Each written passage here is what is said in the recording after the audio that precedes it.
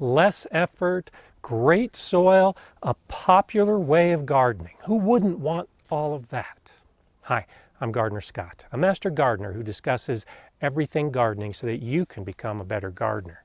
Join me today as I explain why I do not practice no-dig gardening.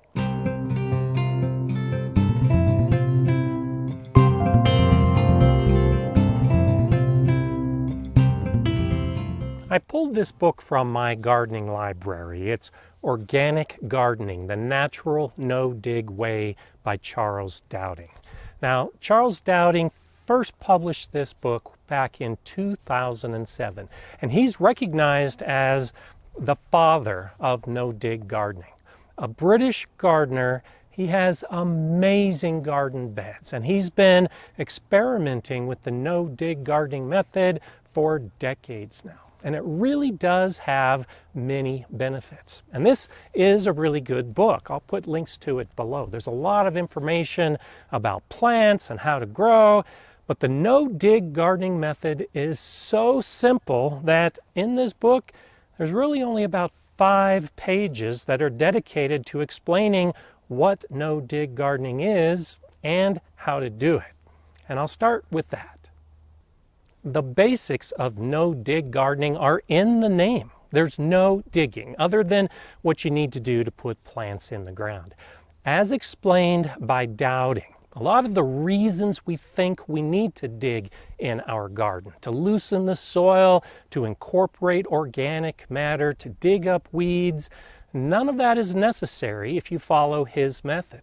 And the method is simply putting that organic matter on top of the soil. You don't need to dig it in. You just take a few inches of compost, put it on top of your bed, and then let nature do the rest. And as Dowding says, it's the earthworms and the soil life that does the digging for you. I don't dispute any of that. It's a wonderful philosophy, and in practice it can work. But the issue I have is, what if you don't have that soil life? The premise of no-dig gardening comes down to the earthworms and the soil life doing the work for you. But if they're not there, then who's doing the work? Well, it's not nature. And ultimately, it comes down to the garden. In this space, this new garden area that I'm beginning to develop at my new house, my soil is terrible. It's compacted.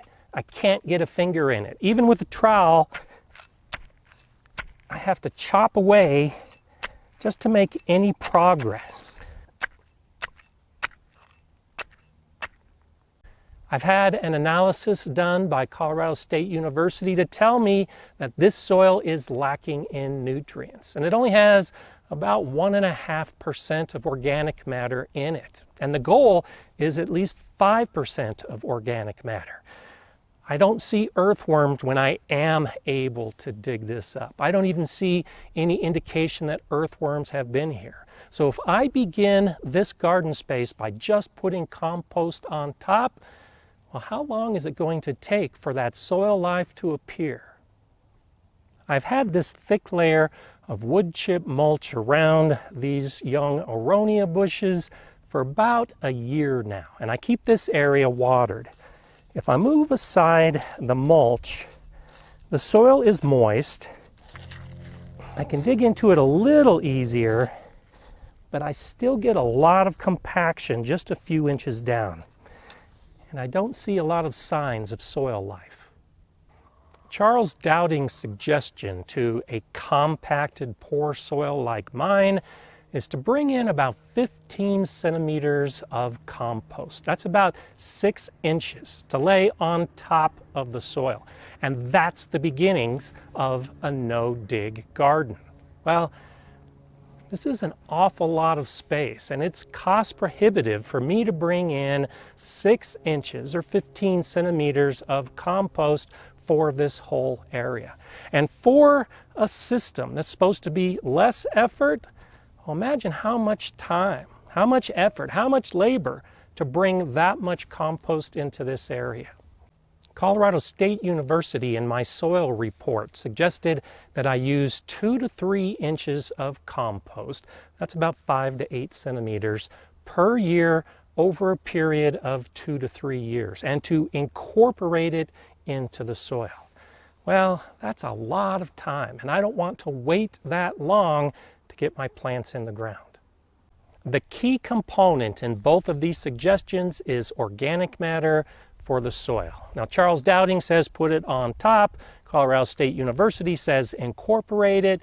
In both cases, that's what's needed to attract those soil organisms, to bring in the earthworms. Now, I've put this wood chip mulch in this whole area where I've got my fruit trees to help the soil as it begins to decompose, but to also hold some of the moisture in and to keep this soil cooler so that it can entice those earthworms. If they venture in from outside this space, this will be a welcoming area. And then they'll begin to spread, and they'll find the rest of my beds where I've incorporated the organic matter using my own method, a little bit different than what those other two sources recommend.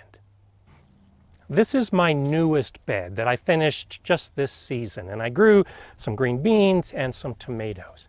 And what I did was to take the equivalent of about 6 inches of organic material. I had compost, I had peat, I had manure, I had straw, and I dug all of that into the soil. Sure, I could have just put it on top and waited for the organisms to break it down and enrich the soil. Or I could have done it 2 inches at a time.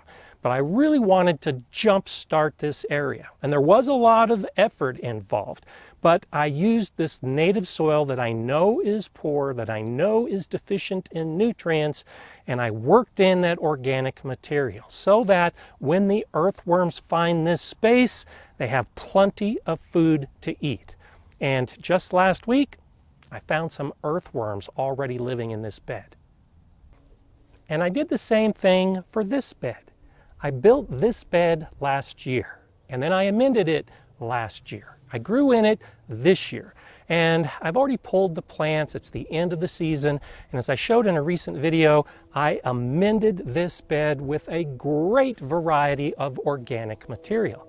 Well, while I was working in that material to the soil that was in this bed, I discovered some earthworms. Not a lot, a few.